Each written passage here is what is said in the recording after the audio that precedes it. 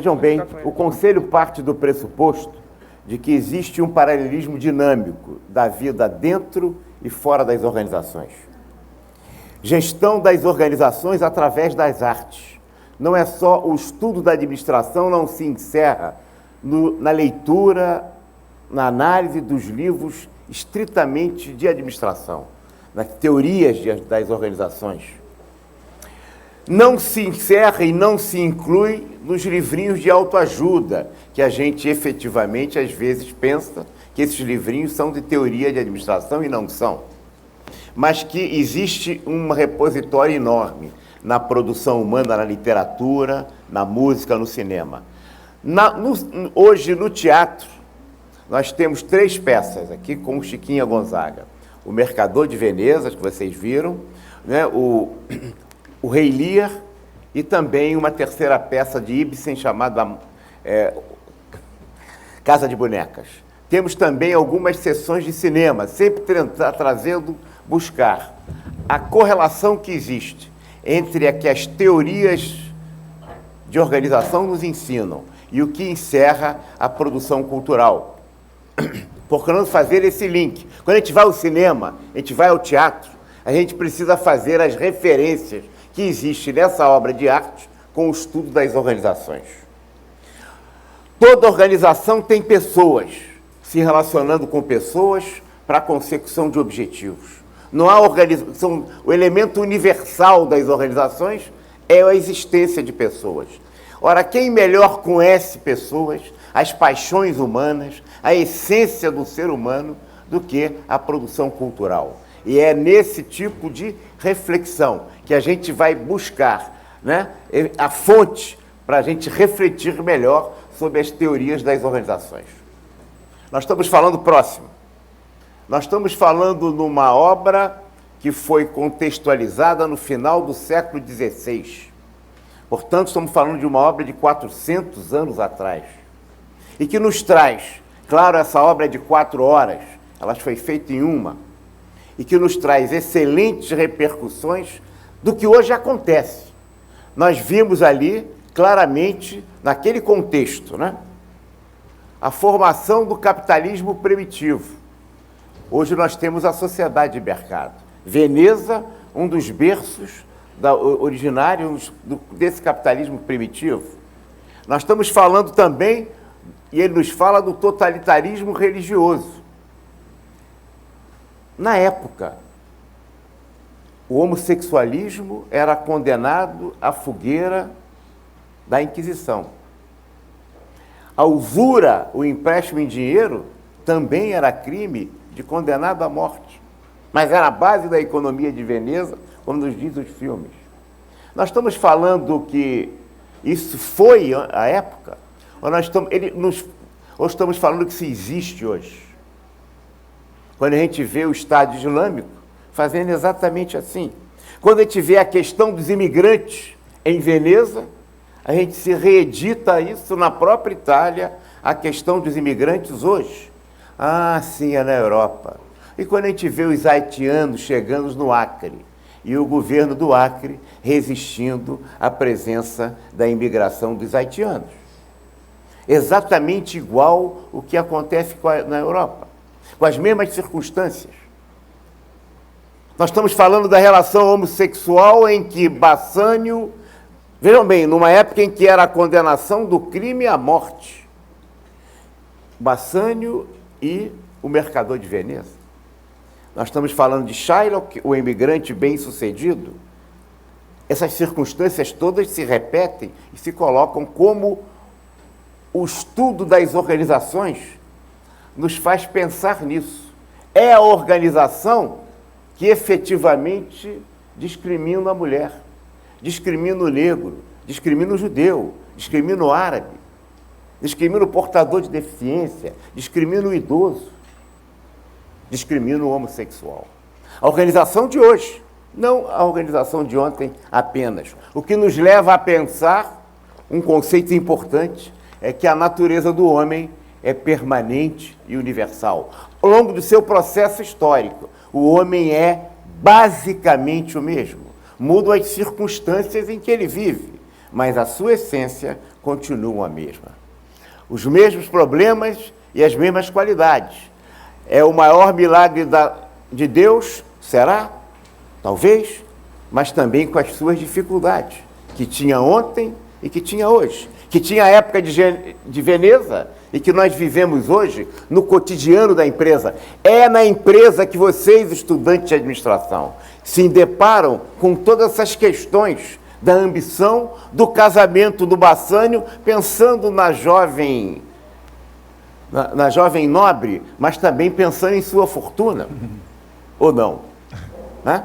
As circunstâncias continuam. A sociedade de consumo e de crédito de hoje, a mundialização da economia. Próxima. Você me permite também, uma coisa curiosa, é que a República de Veneza, ela era muito avançada para a época e relativamente independente, porque a igreja dominava tudo. Mas lá parece que a igreja tinha uma influência um pouco menor. Ainda assim, havia muitos estrangeiros em Veneza, muito, até uma outra peça do Shakespeare, que é o Mouro de Veneza, e que é um negro, né, um árabe. Havia muitos estrangeiros, mas a lei para os estrangeiros não era a mesma para os cidadãos. Né? A questão que estamos falando de 400 anos atrás. Estamos mesmo? Ou estamos falando dos dias de hoje? Na empresa de hoje, nas realidades de muitas organizações de hoje. O homem e suas circunstâncias que mudam. A ideologia dominante na construção do momento histórico. A força do preconceito e a discriminação no mundo do trabalho e no universo da sociedade. Próximo. Nunca se falou tanto em trabalho decente. Próximo. Nunca se falou tanto em trabalho decente. Mas nunca se constatou tanto no mundo do trabalho. O trabalho indecente. A pior coisa que o preconceito pode fazer com uma pessoa é certamente fazê-la ser exatamente aquilo que o preconceito diz que ela é. A dignidade humana, portanto, é uma questão de permissão social. A que ponto que os circunstantes permitem que aquele indivíduo, que aquela pessoa, que aquele ser humano possa ter efetivamente dignidade humana. Portanto, como dizia Sartre, né, o inferno são os outros. E as perspectivas de sermos ou não sermos está muito em função, efetivamente, da permissão social. Próxima. Diz numa hora na peça lá o seguinte: a gente que é tida como sábia apenas por não dizer nada. Quantas vezes, né, as promoções nas organizações de hoje são feitas aos pseudos líderes que se mostravam tão competentes porque não faziam nada e nada diziam. E como outros que diziam, acabam se elegendo, acabam sendo escolhidas. No mundo da política e no mundo da empresa. Isso é do nosso cotidiano, que é bem claro denunciado por Shakespeare há 400 anos. Quantas escolhas nas organizações não são feitas de pessoas que são ausentes, mas de corpo presente. Aquele camarada que a reunião de 5, ele não é o primeiro a chegar, nem é o segundo, porque o primeiro pode querer conversar o assunto com ele, ele também não é o terceiro, os dois podem brigar. Ele não quer ser o terceiro para não ter que decidir. Ele não vai ser o quinto, ele é o quarto. Todos estão brigando, ele presta atenção e pensando em outras coisas, e com o olhar parece que está aprovando o que todo mundo fala. E na hora de escolher quem vai ser o de chefe, ele que é o escolhido, porque não desagradou ninguém. Ele nunca se arrependeu daquilo que não disse. Ele acha que boca fechada não entra mosca. Ele sempre tem uma tese: deixa que o tempo resolve. Tivemos até aqui um presidente, uma frase antiga, que não é dele, é claro, mas que ele usou indevidamente, né? Que ele dizia assim: o tempo é o senhor da razão. Não é verdade? É aquela pessoa que é vista, mas não é lembrado. Próxima. Quantas organizações não escolhem pessoas assim? Porque não conhecem pessoas assim, não? Certamente. Será que somos pessoas assim? A gente gostaria que o meu filho, a sua filha, os nossos filhos, fossem dirigidas por pessoas assim? Como é que são os estilos nas organizações? Há nas organizações pessoas assim? Há. Tem uma outra frase que diz na própria peça, tanto que é a Nerissa, né? É a Nerissa. A Nerissa de tanto se adoece por comer demais, como por definhar a míngua, passar fome, né? Quer dizer, quem come muito também passa fome, também fica doente. Não é, portanto, nenhuma sorte desprezível a gente se encontrar sempre no meio, nem lá, nem cá, né? Ah, já sei. É preciso dividir a diferença. Sabe aquele chefe que nunca reúne o seu grupo para não ter briga? Ele chama um e ouve, chama o outro e ouve, chama o outro e ouve. Ele sabe que tem todas as informações e ele decide sozinho. Conhecem chefe assim, não? Que é preciso dividir para reinar. Dividir as diferenças.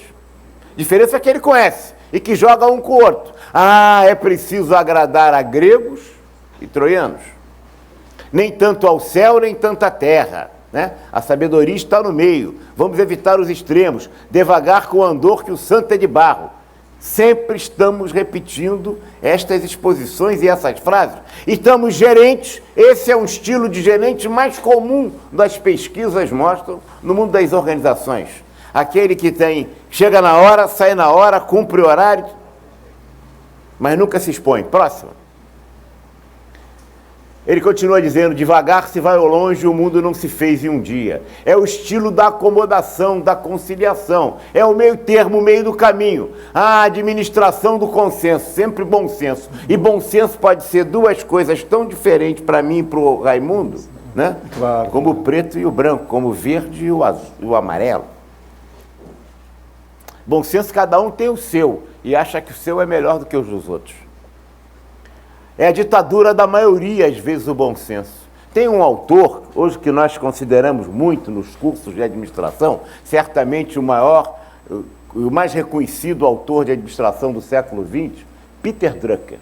Né? E o Peter Drucker, ele costumava sempre, como a gente lê pouco Peter Drucker, ele lê sempre os livros que falam sobre Peter Drucker, mas ele sempre se refere a um consultor, a um executivo, que chamava-se Alfred Sloan, que era o presidente da GM, que ele trabalhava com ele, e com quem ele aprendeu muito, como consultor, porque o consultor, o professor, é aquele que de repente aprende com a questão do aluno, com a reflexão, com a pergunta indiscreta ou discreta do aluno, com a indagação do aluno querendo saber.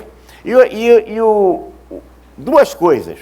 Primeira coisa é que o Alfred Sloan, quando todo mundo concordava, ele dizia assim, vamos pensar um pouquinho, porque há o consenso do erro.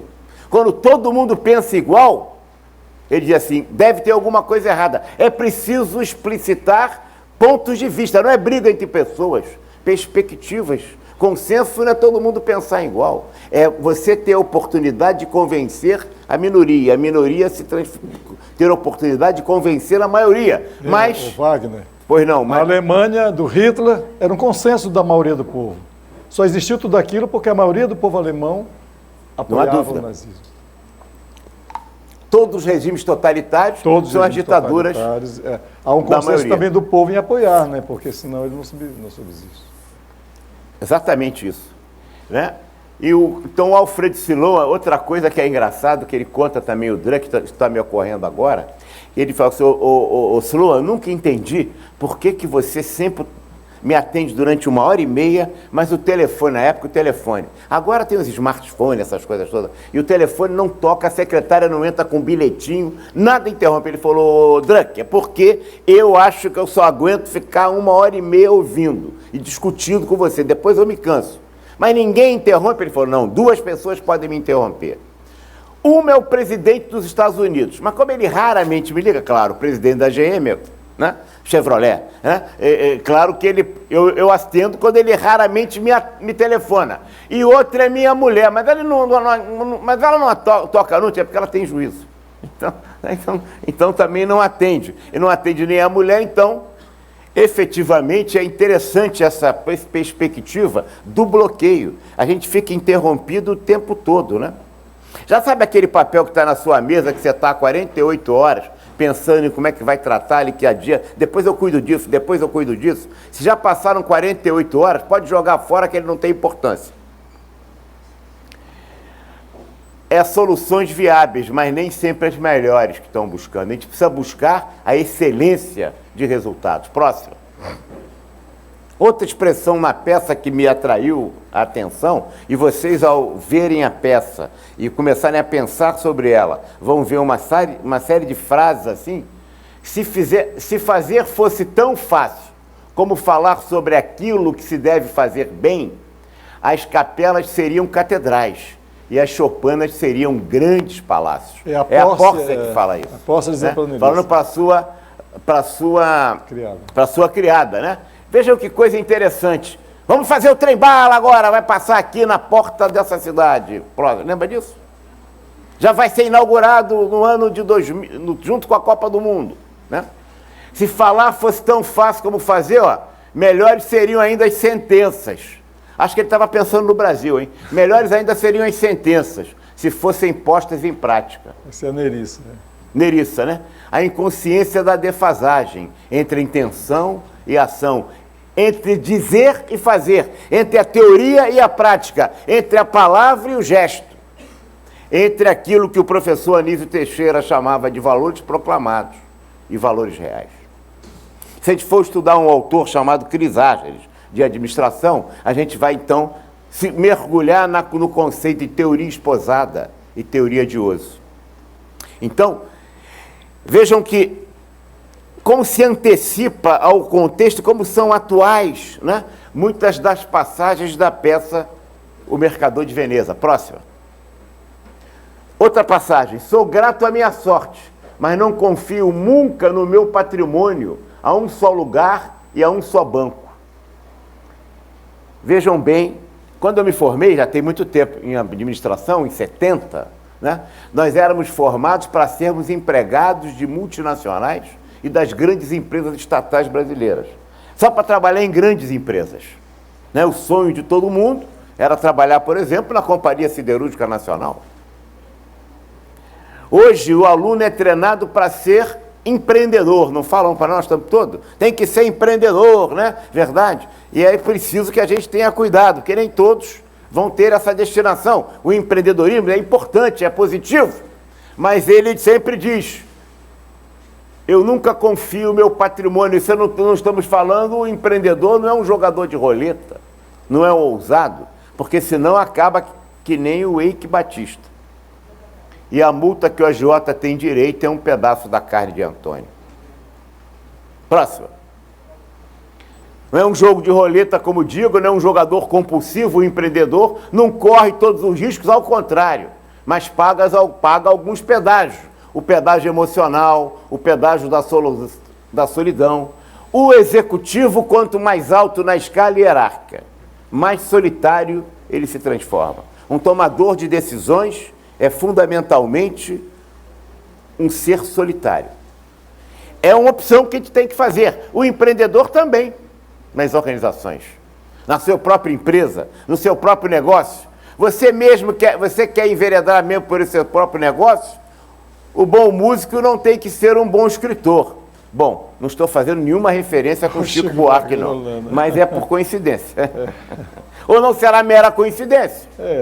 Não é verdade? E nenhum bom comediante acaba sendo um bom escritor. Que, embora ele seja um autor médio, ele como escritor, ele é um bom músico. Né? Como um bom escritor, é um bom músico. Tá bem? Próximo. Enquanto o portão se fecha para um, já tem outro batendo a porta. Novas oportunidades se abrem. O importante é ver o que é visível, mas não é visto. A gente está pronto para ser a cegueira da arrogância, a cegueira da distração, a cegueira, né, de não estar focado no problema nos faz não ver o que é visível. O foco nas oportunidades, não nos problemas que produzem resultados. Estamos sempre querendo resolver problemas e não as oportunidades. E que toda situação de liderança é transitória e perecível. O time ganha, a nata do leite que está em cima é que primeiro azeda. O time de futebol ganha o jogo, é campeão é campeão. Vai entrar no jogo seguinte, bota um sapatinho alto, né? Botou o sapatinho alto, vai perder o jogo seguinte. Agora mesmo o Felipe estava me falando sobre isso. A gente não pode botar o sapato alto. Se botar o sapato alto, o Botafogo vira campeão. Não é verdade? O que, e vai ser... Ele é botafoguense, estou falando uma provocação com ele. A vantagem de estar falando aqui agora que ele está quietinho ali, que ele tem que ficar calado e eu posso tirar a onda. Depois ele me goza a viagem inteira de volta no ônibus.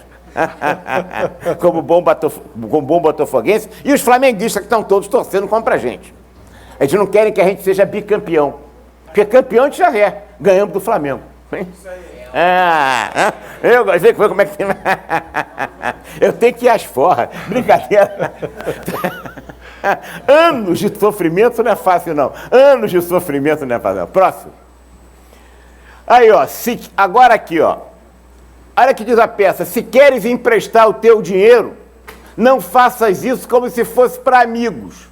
É melhor emprestar como se fosse um inimigo. Pois no caso dele vir a faltar com o pagamento, é com a cara mais alegre que tu vais extorquir do pobre coitado tudo que ele deve. Acho que ele estava pensando nos bancos no Brasil. Isso é tão real, né, hoje em dia? Isso é tão real, né? O banco que ri, né? O banco está sempre disponível a fazer a sua repactuação da sua dívida. Não é verdade? A responsabilidade social, respeito ao cliente, ética empresarial, empresa cidadã, que é um capítulo muito importante no estudo das organizações. Só para a gente fazer uma degustação, eu sempre falo, né? Respeito ao cliente virou um dogma na empresa. Eu fui procurar esse negócio na Bíblia. Não achei. Pode procurar respeito ao cliente na Bíblia. Aí fui procurar na Torá, também não achei. No Corão, também não achei. Fui procurar nos filósofos clássicos, também não achei. E nenhum deles tem respeito ao cliente. Que nós ensinamos na administração, tem o respeito ao próximo. Ah, Wagner, o próximo é um cliente, o cliente é um próximo, porque um é o outro. Não, senhora. O cliente é um próximo que pode pagar, ó. E se a ética é interessada e particular, ela não é ética. Então nós estamos ensinando o quê? Ética empresarial interessada? A ética é universal e desinteressada. Se eu sei que alguém está me tratando bem porque está pensando que eu sou rico, vou deixar uma boa herança para ela, essa pessoa não tem nenhum valor moral e ético a forma como ele me trata. Ele está me tratando bem porque ele tem interesse na minha grana, não em mim. Aí não é mais ética. Então não é mais ética. E nós estamos ensinando, a empresa A tem uma ética empresarial, a empresa B tem outra, a empresa C tem outra. Qual é a melhor, hein? Cada uma tem a sua e acho que a sua é melhor que as outras. Então isso é um bom slogan publicitário, é uma boa ferramenta empresarial, é um bom instrumento gerencial, mas não é ético. Vamos pensar sobre isso, né? Empresa cidadã também, né? Empresa cidadã é aquela que não manda, que coloca as leis do país acima de tudo, que não manda ninguém embora, que não faz deslocamento de fábrica. Não é isso. Mas isso fica para um outro momento. Próximo. Esse agiota ainda acaba se convertendo, diz o Bassanio para o mercador Antônio. Já se mostra, diz o Antônio para o Bassanio, já se mostra até bondoso. Aí o Bassanio responde, claro, não confie nessa frase doce, dita por um biltre, né? Se o capitalismo tivesse espírito público, seria formidável. O problema é que o outro sistema fracassaram todos. Banco que ri, plante uma árvore. Esses bancos que plantam uma árvore são aqueles que às vezes cobram as taxas mais escorchantes do mundo. E é engraçado, né? Como é que as empresas que são premiadas com prêmio de defesa do meio ambiente, muitas vezes são as que mais poluem o meio ambiente, que ficam contra o Acordo de Kyoto, que ficam contra o Acordo de Copenhague, contra o Rio 92, que subvertem a prática das organizações que efetivamente muitas defendem a proteção do meio ambiente. Próxima. Se os ofícios e os altos cargos não fossem distribuídos de maneira corrupta e as honrarias só fossem conquistadas pelo mérito, quanta gente que hoje é comandada não passaria a comandar? Acho que esse cara realmente anteviu o Brasil do século XXI, né? É inacreditável. Agora até o movimento sindical está contra o mérito, que é um pilar do processo democrático. Aristocracia e democracia. sistema meritocrático. O cara defende nesta época, vejam, há 400 anos, contra o preconceito do negro, do imigrante, da mulher, porque o personagem fundamental, a Porcia, é mulher. A mulher naquela época não tinha papel social muito forte, não. E ela resolve tudo, né? E ela que resolve. Isso vai ser percebido. Nós estamos falando de uma coisa de 400 anos atrás. Hoje, os salários das mulheres, em geral, nas organizações, são mais baixos. Olha que absurdo. Esse cara denunciava isso há 400 anos. Contra o homossexualismo. Olha que antevisão e que processo, que conjunto de reflexões que um trabalho como esse me permite. Próxima. A aparência externa, diz o Bassani ao escolher o cofre certo, muitas vezes não tem nenhum valor. Num país do sabe com quem você está falando, hein? Essa frase é muito forte. Faz da carteirada, né? Da carteirada, né? O juiz que dá carteirada aí em cima, que entra no avião e para o voo, né? Nos tribunais de justiça, quantas causas de corrupção e estrago morais não são apresentadas de forma elegante, feita por uma voz bonita que disfarça as evidências do mal. Minha escolha recai sobre o modesto chumbo, que oferece mais ameaça do que prêmios, mas consegue me transmitir tanta simplicidade. A que ponto nós vamos na aparência ou na essência das coisas? Isso me faz lembrar, né, o Roberto da Mata, aqui de Niterói, Carnavais, Malandros e Heróis, do Sabe com quem você está falando. Nas organizações é assim também, são assim, essas realidades se repetem. Próxima. E aqui é importante, quase já encerrando, né? Quando Shylock, vejam bem, nós estamos falando no momento em que os judeus que as pessoas mudavam de nome para não serem perseguidos pela Inquisição.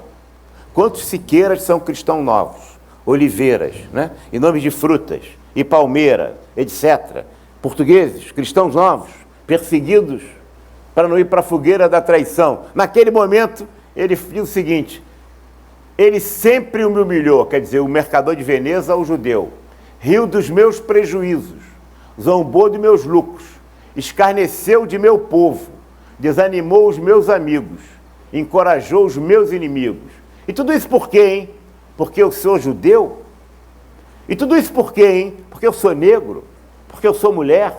Porque eu sou homossexual? Porque eu sou deficiente físico? Os judeus não têm olhos?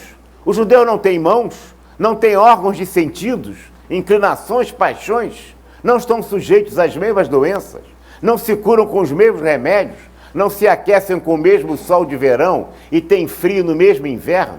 Se em tudo somos iguais a vocês, temos direitos iguais em tudo também. Denúncia da escravatura em 1590. E tem uma outra fala que ele fala sobre os escravos. Né? Denúncia de escravatura que existe hoje ainda. Uma coisa curiosa é que... Ou não existe o trabalho do menor em quantas indústrias? A exploração da criança. Uma coisa curiosa é que isso é uma adaptação do texto original. Né? O texto original, inclusive, é muito maior, muito mais texto, mas no texto original tem muito mais referência de preconceito o tempo todo contra o judeu. E, no entanto, Shakespeare coloca isso. Quer dizer, eu acho que ele queria mostrar, inclusive, o preconceito que havia contra o judeu. E isto significava que ele corria, à época, o próprio risco de ser condenado à fogueira. A fogueira. E já houve até alguns estudos que achavam que apesar ele era de judeu, ser, mas acho que não. De não ser originalmente cristão, né? E vocês escolheram a profissão certa. Nós temos 6 milhões de empresas, só para raciocinar, no Brasil. E temos 1,5 milhão de profissionais formados. Se me pedissem agora hoje, Wagner, eu preciso se cada empresa tem que ter um administrador pelo menos. Por exemplo, área de marketing. Por exemplo, na área financeira, recursos humanos, um só. Precisamos de 6 milhões de pessoas. Como nós só temos 1,5 milhão formados, quantidade, nós temos um déficit, uma diferença, um gap de 4,5 milhões. As cadeiras estão vazias. Como as cadeiras estão vazias, o engenheiro que não consegue emprego senta nela, o advogado também, o médico também, o contador também, o arquiteto também. E o que não é nada também. e a gente não luta pelo espaço. Temos que lutar, mas temos que formar mais gente. Vocês escolheram a profissão certa. Não há país subdesenvolvido, já citaram o Druck. Há país subadministrado. Talvez é muitas das dificuldades que temos, em razão do nosso subdesenvolvimento gerencial, porque somos subadministrados. Mas, efetivamente, também temos um papel político. É a empresa que discrimina a mulher, o negro, o portador de deficiência, né? E que não é o papel político aí do sentido partidário, mas do exercício da cidadania. E essa é uma conclamação que temos que fazer. A gente participa do processo político pela participação ou pela omissão. Quando nós, profissionais de administração numa empresa, estamos consagrando o retratinho para fazer a discriminação, dizendo que quer ver uma pessoa bem apessoada, eu sei que isso não existe mais. Nós estamos fazendo uma regra que discrimina. Só que hoje a gente não pede mais o retratinho. A gente pede um fio de cabelo ou uma gota de sangue para fazer exame de DNA. Esses processos se repetem. A discrimina quando nós estamos fazendo um plano de cargos e salários e contribuímos para que a mulher ganhe menos no mesmo cargo, nós estamos fortalecendo o processo de inequidade social existente dentro das organizações do Brasil. Não vamos ser heróis, mas no nosso posto de trabalho, a gente tem um desempenho de cidadania para contribuir com essa transformação. Democracia não é voto no presidente, no prefeito, no governador, é também. Mas democracia são as relações sociais, econômicas, de prestígio e reconhecimento, de dignidade, serem absolutamente tratadas de forma homogênea entre pessoas. E essa é uma responsabilidade que nossa profissão tão grande tem. E é nesse sentido que Shakespeare nos traz, com o Mercador de Veneza, o início da formação do capitalismo no mundo, que hoje nós estamos no século XXI, em 2015. Né? E é com esse sentido que a gente encerra, reiterando o nosso convite pela participação de vocês no FIA, no dia 18 de maio, lá na cidade do Rio de Janeiro. Muito obrigado.